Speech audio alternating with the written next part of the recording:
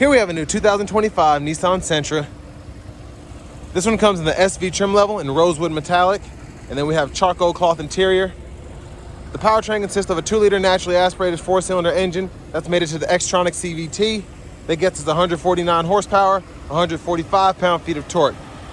As we come around to the front end here, we do get our halogen headlamps, and I like the updated front fascia that we've gotten here recently. It just looks very modern. I actually like it. It has a lot, especially with that grille there, a lot of resemblance to the Altima. Down here to these wheels, these are going to be 16-inch alloy. We do get passive keyless entry on the front. And then to the door panel here, one touch up and down for the driver's side window, regular power windows on the other 3 doors, power door lock controls, rear window lock, power mirror controls. There's our blind spot indicator there. So trunk release, eco mode, brightness for the gauge cluster, trip meter, gas cap release, hood release. We do get a foot pedal parking brake and a manual tilt, telescoping steering wheel. But here's our 6-way manual driver's seat. So we can pump the seat up or down there, seat back can be controlled there, and the seat bottom can move forward or backwards there. But a huge thanks to John Roberts Nissan here in Manchester, Tennessee for allowing me to review this Sentra today. I'll leave a link below in the description. But if you're looking to find the best price on one of these closer to home, click that second link down below. It takes just a minute to fill out your information, and I'll make sure the local dealers are fighting to get you the best price on this or whatever new vehicle you might be interested in. But I do have the seat up front adjusted for someone of my size, being 6'3" with longer legs, so we're gonna check out the rear seat room. And pretty good space back here. My head, I have about a 1/4 inch of headroom there, but still not touching the headliner, which is good. We do get a seat back pocket on this side, a USB-A port there, and there's a look at the front from back here. It is very hot out, so if the wind noise of the AC kind of cuts through, I apologize. And then we do have the lower latch anchors for the car seats in the seat itself, and then our top tethers are on the back of the seats, well, behind the seats themselves. There's a grab handle there. We do get the rear side mounted airbags here. You can see that there. And then our child lock and unlock. Now the cargo space, you do have a button for the trunk, or you can release it from the key fob or inside the vehicle. But there is the cargo space, pretty good size, I think. Yeah, floor mats in here, and there is a spare tire with a jack underneath. I also like that we get the cargo net. But this rosewood metallic is a really, really nice color. Parking sensors integrated on the back of the bumper. And there's a look underneath the exhaust.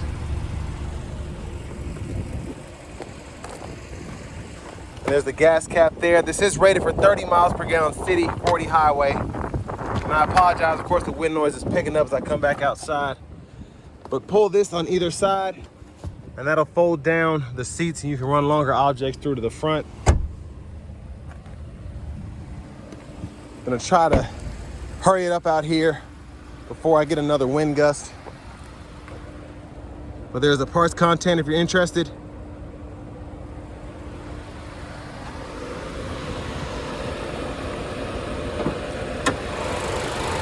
And there's that 2-liter naturally aspirated 4-cylinder.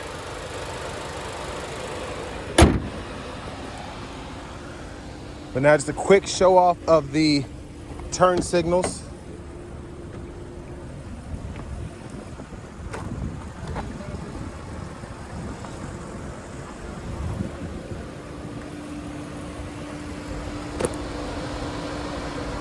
But now let's go ahead and hop in the driver's seat.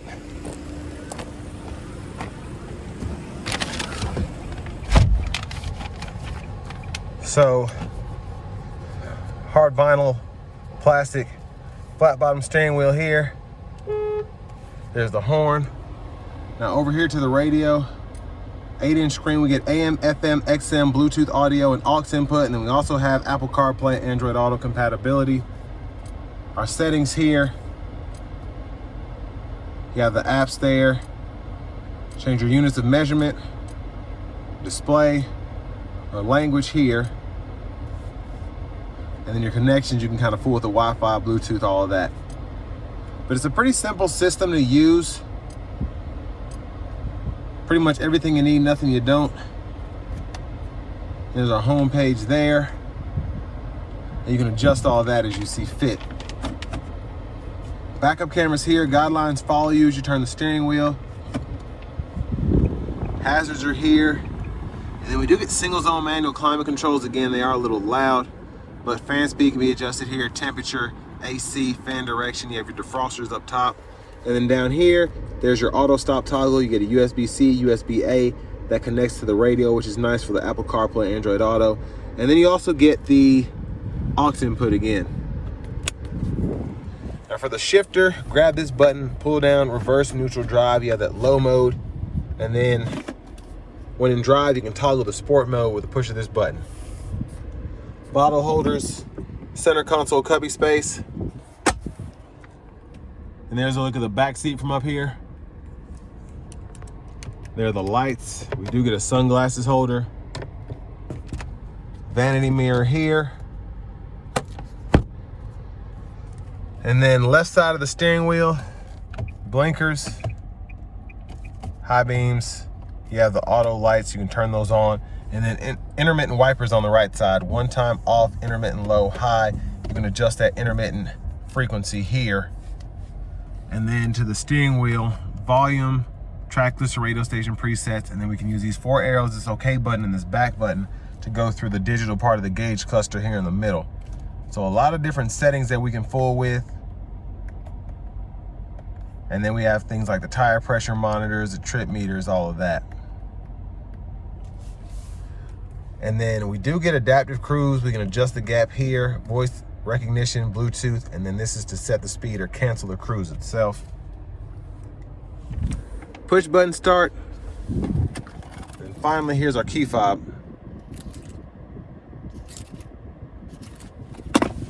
But next, let's go ahead and take this 2025 Sentra SV out on the road for a test drive. So starting the test drive in this Sentra here, I didn't even know I had it in sport mode. The sport mode in this thing is crazy. I just drove a Versa back to back with this to kind of compare the power figures, and this feels like night and day compared to the Versa that I just drove with a 1.6. This 2-liter feels much more potent, much stronger. Specifically with that sport mode, I mean, it feels quick.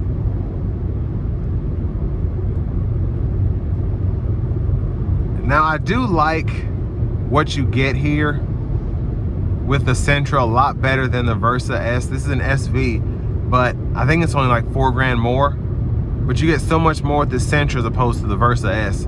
You get the adaptive cruise, you get a bigger interior, a little bit more space. But the big plus is going to be this 2-liter 4-cylinder again, which feels a world better than the 1.6 in the Versa.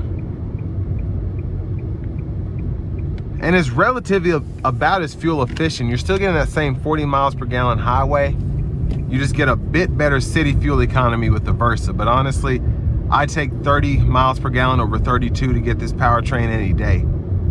Specifically with you pushing a bit larger vehicle. Now people still do like the Versas because you can really get those where you want them to be in terms of fuel economy, especially if you don't care about accelerating. But again, here it's just nice to have the sport mode with this CVT, have the eco mode, and then have your normal drive mode. It can be a bit much because your eco mode's here. So you have to turn that on or off there, and then the sport mode's here on the shifter. So it can just be a bit much. So if I put it in sport mode and turn the eco mode on, that's not really a possibility. You have to turn the sport mode off, and then the eco will be able to be toggled once again. But space in here is good. The seat bottom is a bit stiff but supportive, so I mean, I'm not really tripping on that. I can adjust it pretty well. I would just rather have power, but it's definitely wide enough for my wider stature. The space in here in terms of hip room is really good. for a car like this. And I even have a bit more room to scoot back. So I'll just do that. It just, with the seat all the way back, there's so much room for your legs. It's crazy. Especially for a car that gets 40 miles per gallon. No hybrid, no turbo. Larger displacement for a 4-cylinder.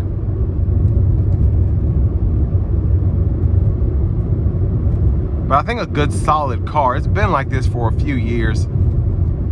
Just in terms of what you get here. Now, reliability wise, I can't really speak on that. I've seen some Sentras go 100,000 miles plus. I'm sure there's some out there that have gotten 200,000 where people actually change the fluid for the CVT.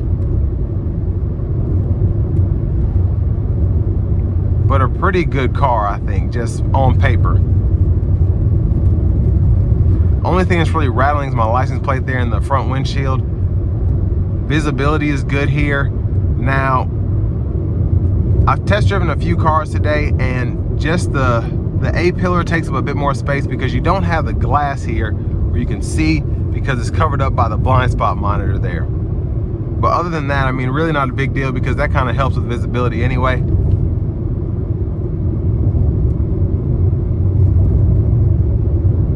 And even though this screen is a bit dated, still looks modern compared to what else is out in the market, specifically from Toyota and Honda. And of course, GM and Ford, they kind of stay ahead of the curve with the tech, but a lot of the times that comes at a price. Just everything in here is simple. You don't have to worry about stuff going out for the most part. And then we have buttons and knobs for the AC controls, so we don't have that headache compared to having to fool with the AC in a touchscreen.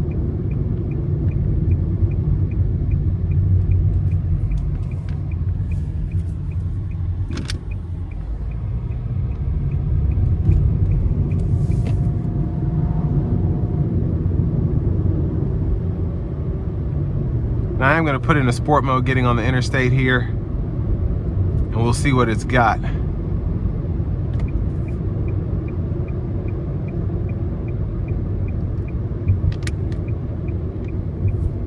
I have a little bit of space, so that's good. Here we go.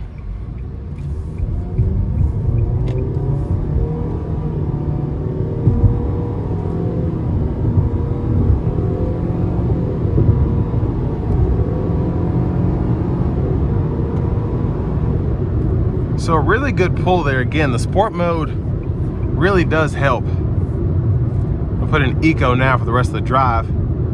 But I do want to give a big thanks to John Roberts Nissan for allowing me to review this car today.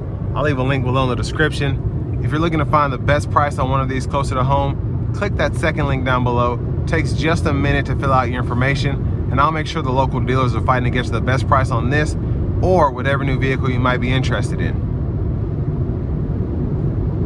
But I do think you get a pretty good bargain here in terms of just the features of this car, the powertrain. Me personally, I might pay a little bit more and go up to the SR so I can get the LED lights and that really good looking front fascia. But honestly, an LED swap on these current halogens would probably be sufficient. So instead of having to spend a few thousand for an SR, just spend 25, 30 bucks on LED lights. But I think a solid car still, and again, it's just crazy that this still gets 40 miles per gallon with a 2-liter naturally aspirated 4-cylinder. And the city fuel economy is still good too. A lot of that is in part to that Xtronic CVT, but Nissan just knows how to keep your car efficient, especially with these drive modes. Now just having a little bit of a hum here from these tires. I don't know if the pressure might be off a little bit. It seems like it's actually a bit high. That's probably what it is. Yeah, this tire pressure should be around 33 and it's at 47, so. But what's crazy is even with the high tire pressure, the ride is still really good. It would just be a bit better. And again, I just think for what you get, There's a lot that you could change, like the cloth seats.